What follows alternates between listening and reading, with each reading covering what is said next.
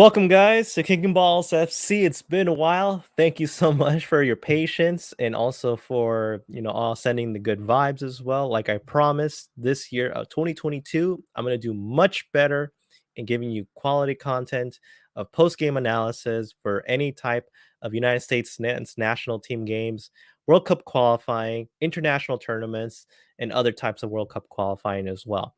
So we're going to be talking about the United States, right? So far, and it's been a while. I know, as I had to get like a bunch of equipment, but let's get at it. Let's talk about the elephant in the room. Let's talk about that horrible, horrible game that was displayed this past Sunday, in which the United States lost 2-0 against Canada, officially making Canada the new kings of CONCACAF, right? And I say that as a U.S.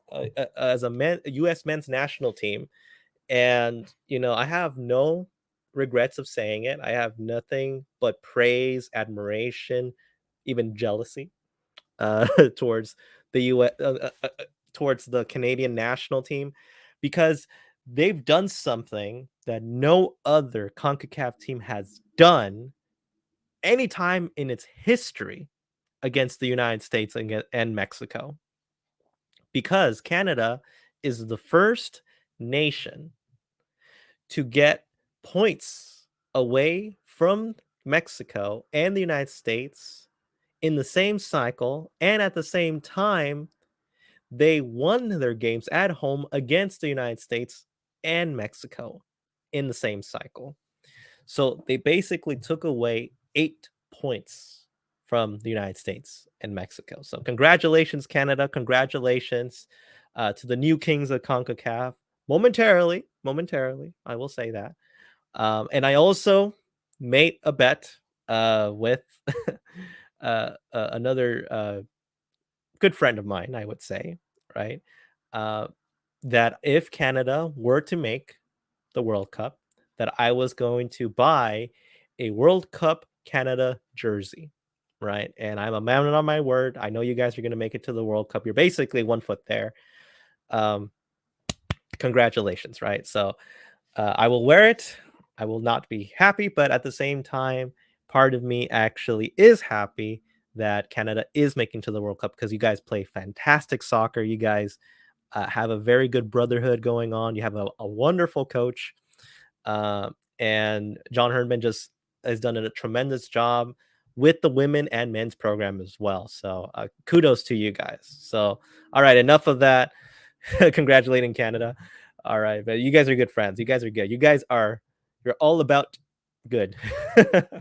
So talking about the United States, what can I say? The United States just did not play well. Everything looked slow. The transitions looked slow. Christian Pulisic did another horrible game besides the El Salvador game that happened. Um, Aronson wasn't clinical enough. Weston McKennie had a couple of good chances. I think he was like one of the only field players that was really good. Serginho Dest could have done more. Anthony Robinson, you got to know how to cross your balls, man. You just need to.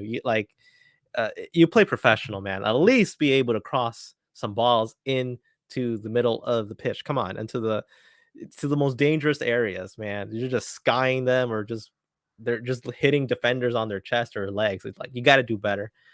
Um, Matt Turner, oh my gosh, I hope you remember not to do that ever again. Do never make that goal kick so weak. Don't do that. If you have no uh confidence in playing from the back, then don't do it. Just get your ball, pass it to defender, let them handle it. All right.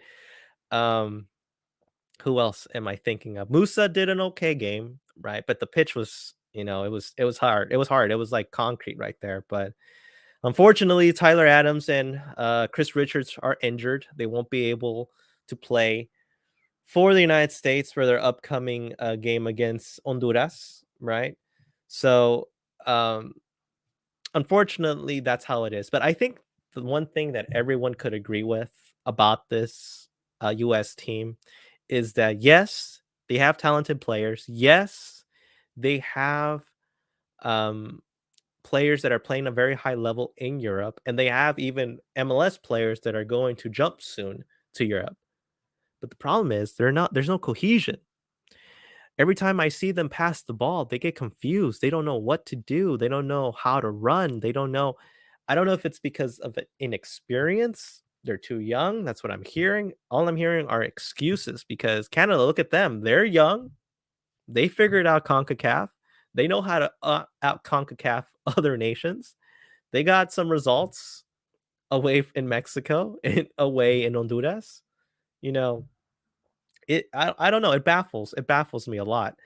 So when they talk about the United States, not having enough experience, it's just a funny way of saying that, you know, they just, in my opinion, I would say they just don't have cohesion. And that's the problem. And I think it falls to the coach. Berhalter, sure, I would say congrats for winning the Gold Cup, winning Nations League. But let's be honest. Let's be honest for one moment. If take away the trophies, take away the way we won against Mexico, right? We beat them 3 times in the World Cup qualifying cycle, uh, titles and stuff.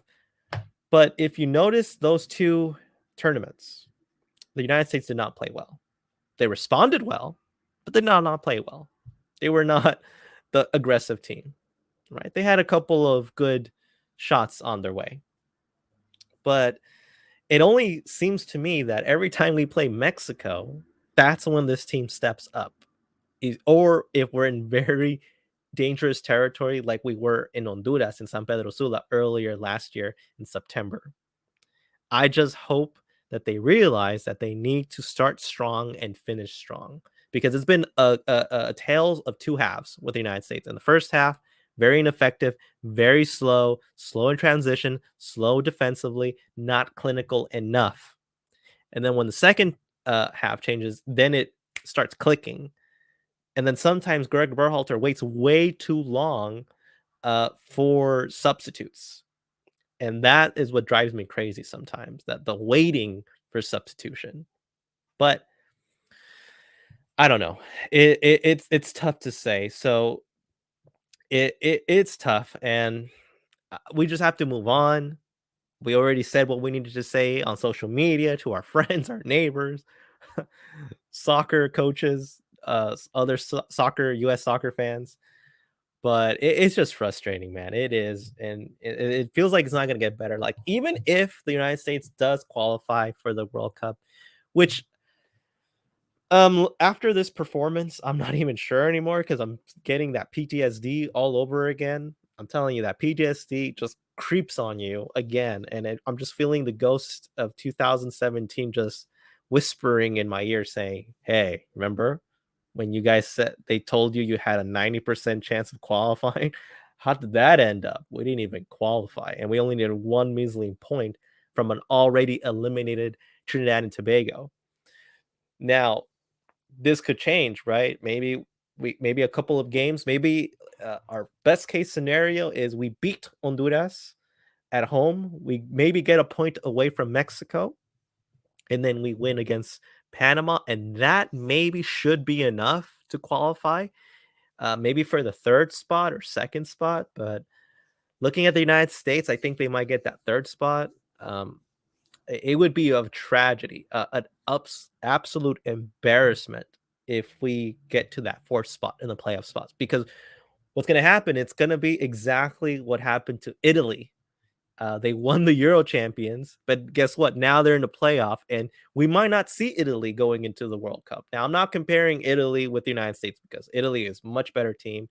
They have better players, but it's the same scenario. You got 2 teams that won a regional continental championship, but now one is possibly facing elimination from the World Cup because they did not perform well in World Cup qualifying. And another one, if it doesn't figure things out soon, we might have that predicament. And we might have to play New Zealand for that one playoff game in Qatar this June.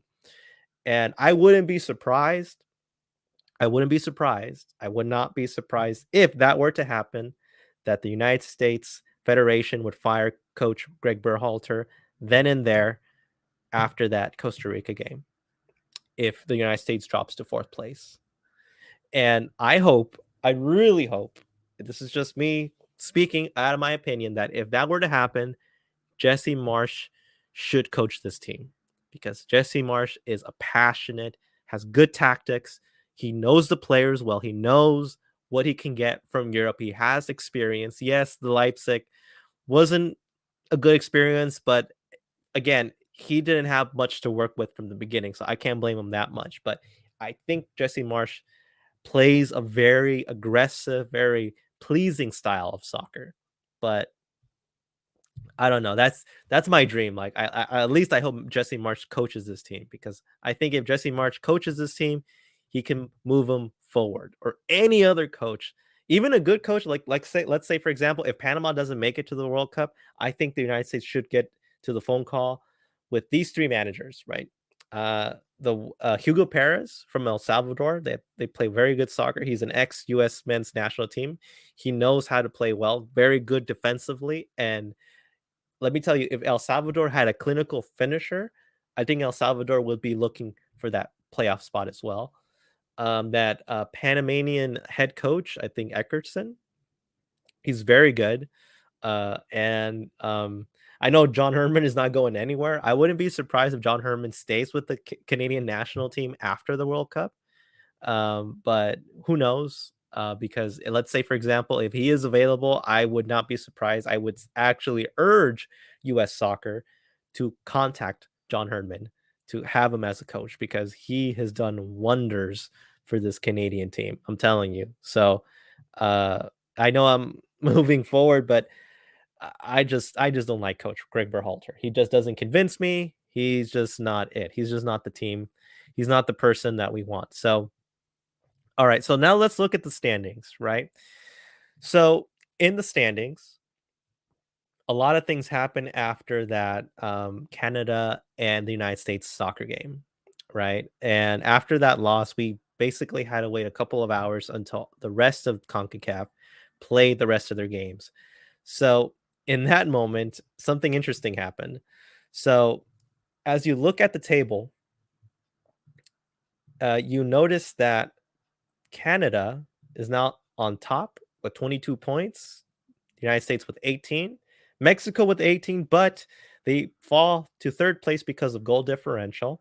Panama 17, only 1 point away from 3rd and 2nd.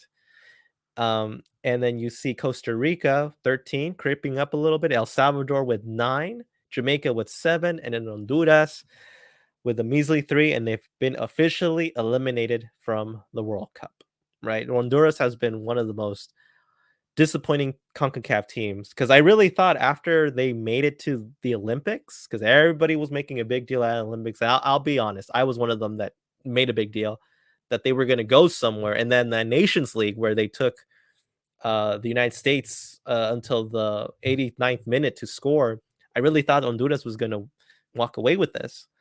But no, they've just been very disappointing, and I hope the best for them for the upcoming 2026 World Cup.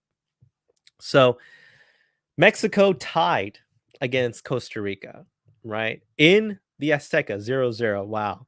It was just I thought when I saw the Canada versus United States team, it was back and forth. It was so fast. It was a fast-paced game. I like that. But then when I tuned to Mexico and Panama, ooh, no, Mexico versus Costa Rica. Oh, it was like I thought I was seeing it in slow motion. Like I thought, like, what's going on? Why isn't it fast? And no, this was the real speed. So Tata Martino might be playing for his job against Panama upcoming Wednesday match. And then Jamaica lost against Panama. Jamaica were winning, by the way, again, and they lost. They lost the lead again. Jamaica just cannot figure this out. They've been very disappointing. And then El Salvador beat Honduras in San Pedro Sula for the first time in their history. And that has just been tough, because Honduras, guess what? They have lost every single home game since the start of this World Cup campaign. They are just giving free points away in San Pedro Sula. So Honduras, from what I see, they're done. They might have a couple of fight in them because they want, to fight for pride for their jersey. It can make them a very dangerous team for other uh teams that are going to play with them later on. So just a warn of caution. But yeah, but next we see the next upcoming games for match day 11th. So we got Jamaica versus Costa Rica. It's going to be Jamaica in Kingston, right? Costa Rica. Jamaica could win. It could stop Costa Rica from advancing further. If that were to happen, that actually is good news for the United States and Mexico. But it is very tough. I can see Costa Rica maybe sneaking a point from there, and Jamaica could win just for pride's sake. Who knows? Then I'm going to jump down to El Salvador versus Canada. Canada is the favorite to win, but I wouldn't be surprised if Hugo Perez had a couple of tricks up his sleeve against El Salvador. I wouldn't be surprised if the score is 0-0 in El Salvador, right? I wouldn't be surprised because Salvador are very tough to break down, and I think El Salvador has learned their lessons from that Canada game earlier last year. And then the one that everyone also is going to be paying attention, besides the United States against Honduras, is going to be Mexico versus Panama in Estadio Azteca. So Mexico has the obligation to win against Panama by any means necessary. It doesn't have to be pretty, even though the public demands that they play a good stylistic way of football, but they need to win regardless of how they play because it would be an absolute embarrassment if Mexico loses against Panama or even if they get another draw. Anything besides a win, Mexico could drop to that fourth spot because the next couple of games, uh, I don't know. For me, in my opinion, I think Mexico, I think their media is blowing it out of proportion. I think they're going to qualify. I don't think they're going to get to the fourth spot.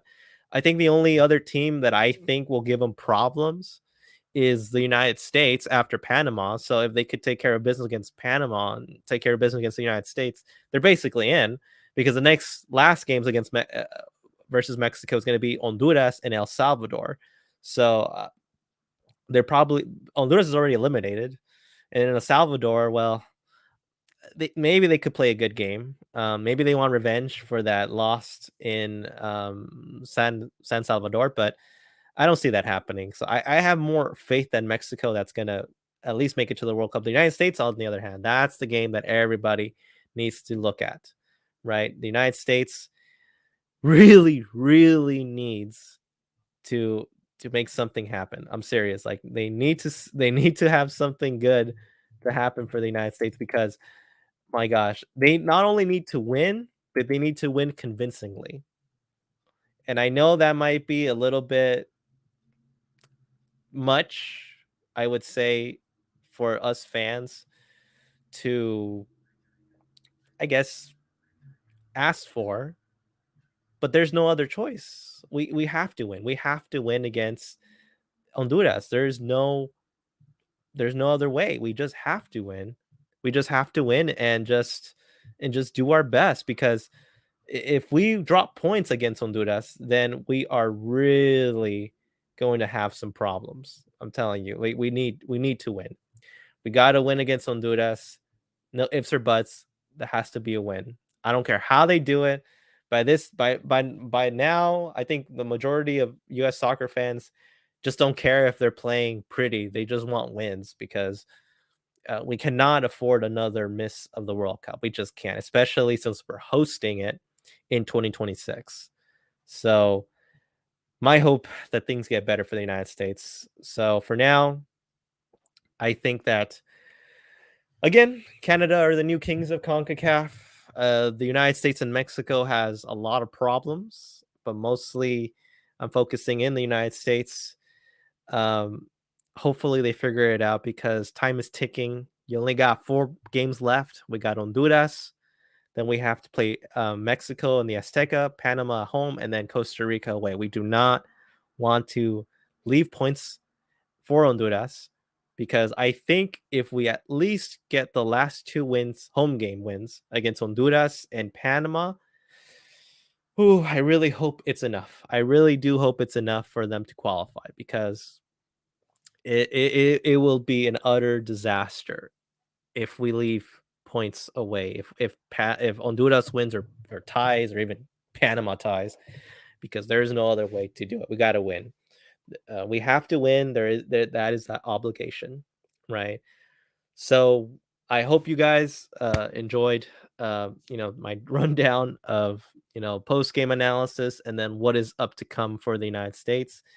I'm still trying to decide if I want to do a live stream, uh, watch along for the United States against Honduras. Hopefully, I will. I think because tomorrow is the game. Um, I'll let you guys know on Kicking Balls FC on Twitter. You can follow me on that.